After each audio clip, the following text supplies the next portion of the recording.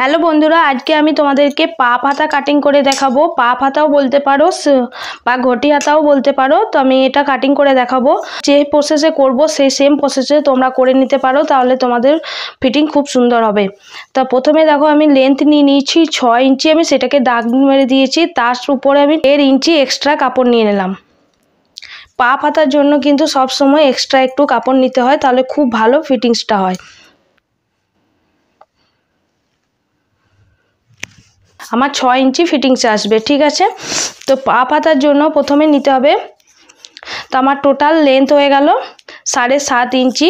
তো আমি ঘটি হাতা করবো বা পাপ হাতা করবো, তার জন্য আমি পাপের জন্য রাখবো 4 ইঞ্চি এক্সট্রা কাপড়। এই কাপড়টাকে বাদ দিয়ে আমি নর্মাল হাতা যেমন ড্রয়িং করতে হয় সেমনি ড্রয়িং করে নেব। 4 ইঞ্চি এক্সট্রা নিয়ে নিলাম। এই লাইনটাকে লম্বা একটা লাইন টেনে নিলাম। এবার আমরা এখানে 3 ইঞ্চি ডাউন করব। যেমন আমরা সাধারণ হাতাতে করি সেরকম সেম প্রসেসে করব। 3 ইঞ্চি আমরা ডাউন করব। ডাউন করে একটা লম্বা লাইন টেনে নিলাম। এবার এখান থেকে একটা শেপ দেব।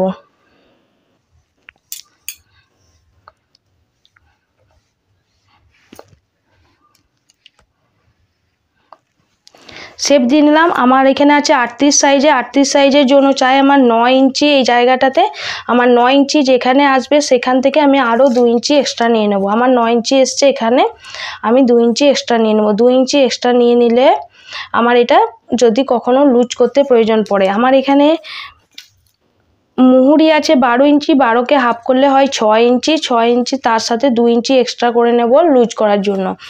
এবার এই লাইনগুলোকে লম্বা একটা লাইন টেনে মিলিয়ে নেব।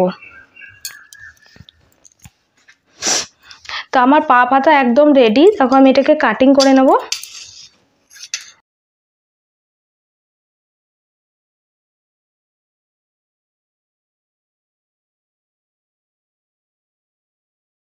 অবশ্যই। তো আমার এখানে এটাকে মনে রাখার জন্য আমি এখানে একটা চিহ্ন দিয়ে রাখবো, যাতে ভুলে না যায় যে আমার এখান পর্যন্ত পাপ হবে।